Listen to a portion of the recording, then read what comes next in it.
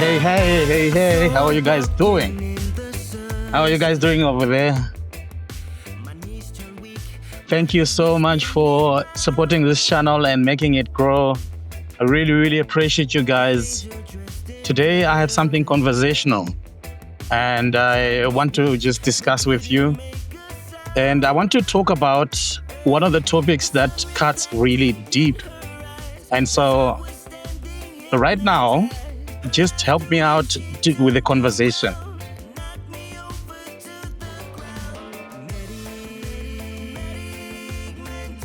So in this video, guys, it's not judgmental. It's not an accusation that I'm making in this video, but it's just pure conversation.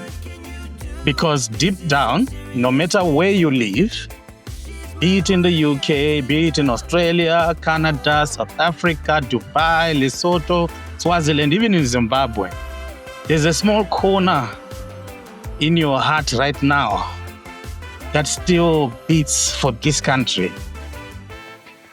You know, there's a small portion of you that are always thinking of home. You know, you are always asking, how is home? Is everything okay at home? Are things okay back home? And yet, the same heart also beats with fear. Because for a lot of people watching this, and I've seen it in the comment section, or very often, there's a lot of fear that is in many people.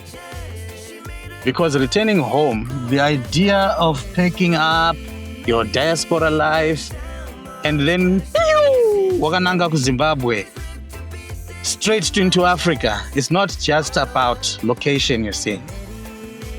It's really a lot to do with the identity you have created over there. It has also something to do with the fear that you have of coming back home. And I also think that there's an element of memory that you unoramba wakabatirira uchiti ukazobva kunoku ndosiya memories andikaunganidza kunoku ku diaspora. And then there's an element of uncertainty. And today I want to unpack it. And here's why I want to do this. Let's begin by something that sounds very simple. Choice. Every human being has a right to choose where to live. Some people, that choice is guided by opportunities. For others, peace of mind. Some simply feel, I have built my life in the UK or in diaspora, my children belong here. And here's the irony. Choice is never as free as it sounds. Because when your heart belongs in Harare, but your future belongs in Birmingham or Johannesburg, that is not really a choice. I see it pretty much as crossroads. See? The real reason why Zimbabweans never return home is uncertainty. And uncertainty, my friends, has many faces. It's not just about politics or economy back home. It's about whether you still fit into the rhythm of home after being gone for a very long time. And here's how. I'll explain a little bit.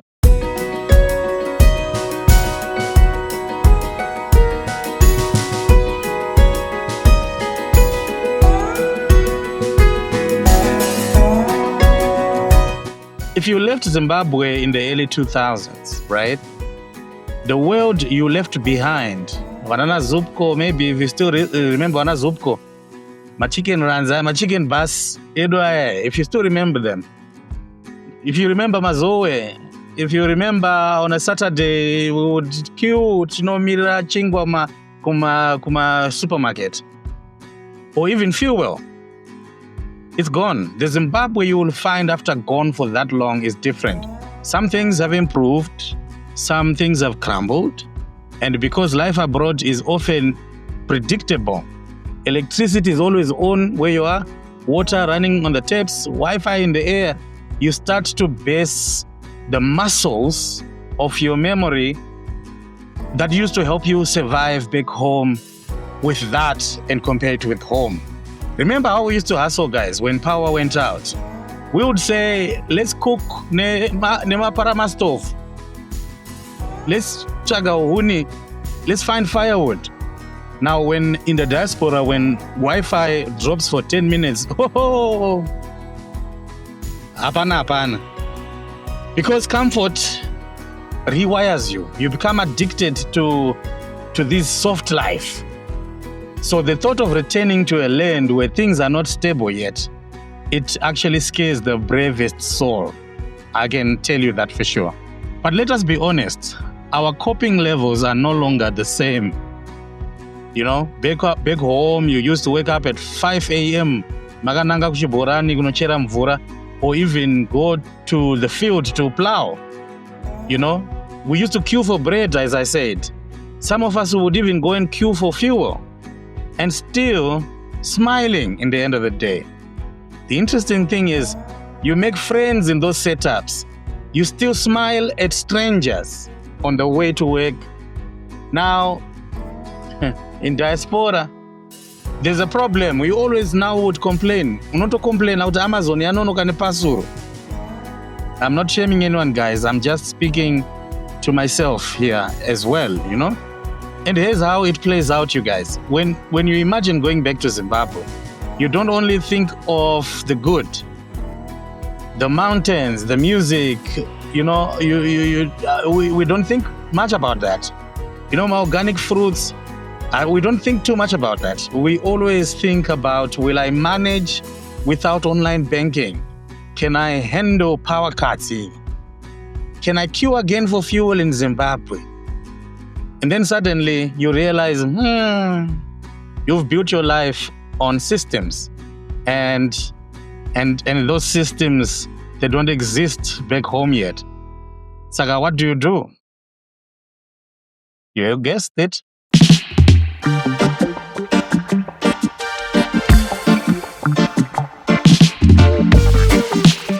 Another reason, guys, it's loss of confidence. A lot of people fear that they won't survive when they come back home. They've lost the ability to build from scratch. They fear the unknown. What if my UK salary becomes useless in Harare? What if my children don't fit at all at the schools in Harare? What if I can't find medicine or decent healthcare in Harare? And that fear, guys, it's a very valid fear, because when you have lived in a system that works like what you have in the diaspora, even just a little thought, you start to doubt whether you can live without it. But here's the paradox again. Those who stayed home, some of us, we're still surviving. We are hustling. We are adapting. We are learning every day, learning new ways to live. So maybe the question really isn't about, can Zimbabwe handle me? It's, can I handle Zimbabwe again? Should be the question. But now let's hear the big one, because this is the big one now. You know, many of the people in the diaspora dream about going back home someday. But that someday never really comes because we never plan for it.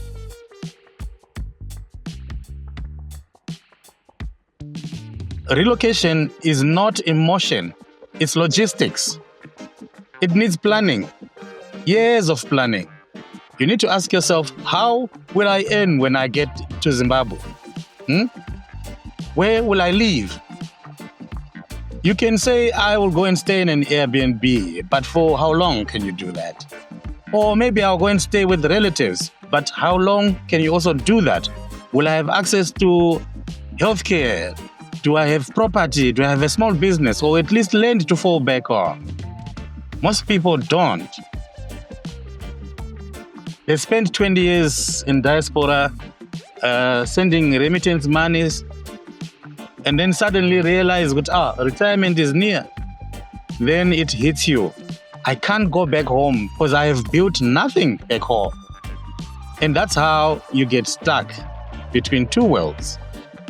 You don't belong here in Zimbabwe, yet you don't belong there in the diaspora. So, you're no longer fit anywhere. You become, as one old man once told me, a man with 2 homes, but no house. Let's talk about reverse culture shock. Because even if you are born in Zimbabwe, after 20 or 30 years, returning back to Zimbabwe can actually shock you. It feels foreign. You will hear music that feels something nostalgic, but you don't understand the slang. You will meet relatives and feel warmth, but you will also feel distance. They have lived through struggles, different struggles to be said, and you've lived through different systems. With a brother who relocated to Harare and is doing chickens now in Ruwa there.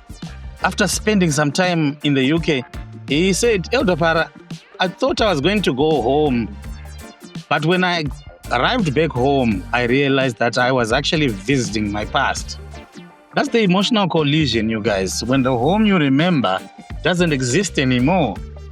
And here's why. Time, change.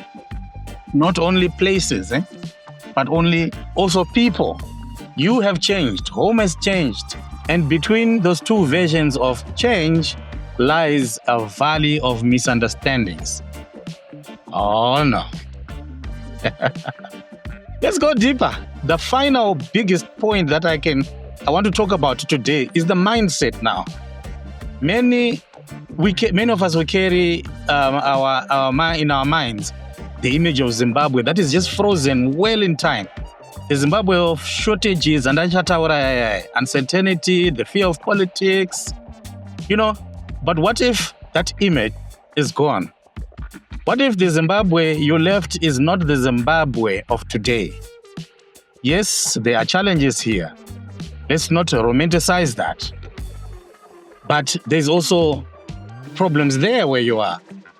But here, again, there are also innovations.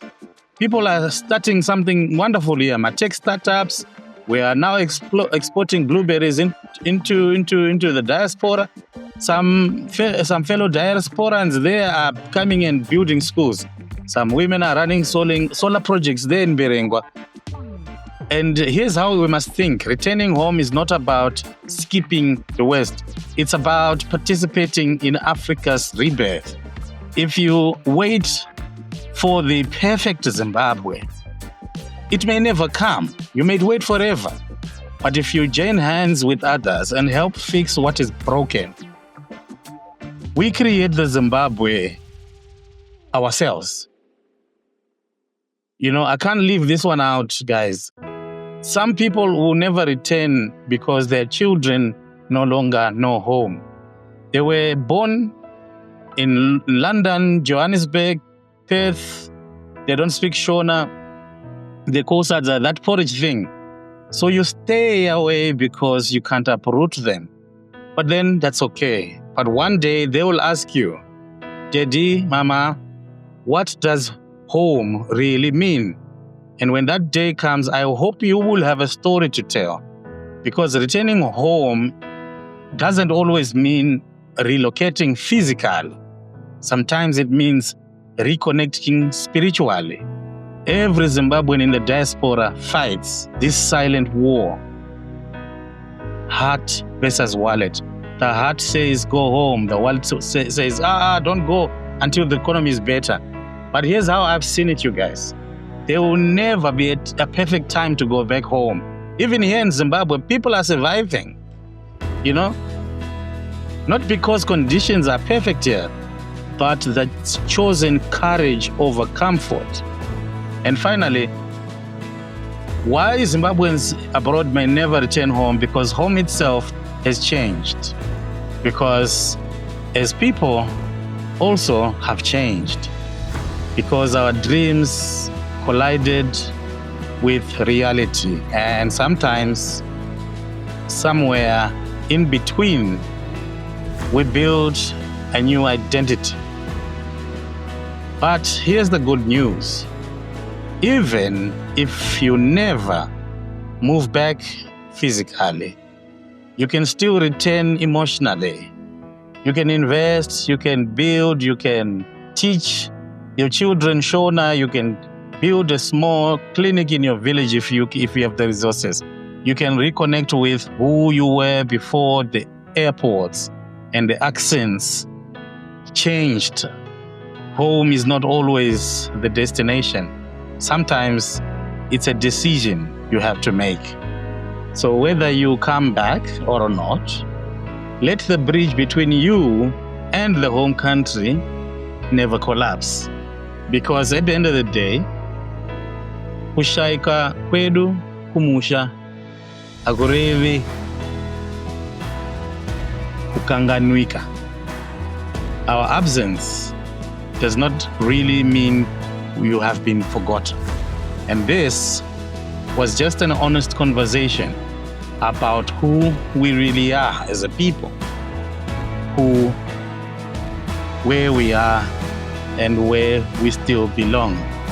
Until I see you guys in the next video, stay grounded, stay inspired, and remember, the door to home never really closes. Just remember that.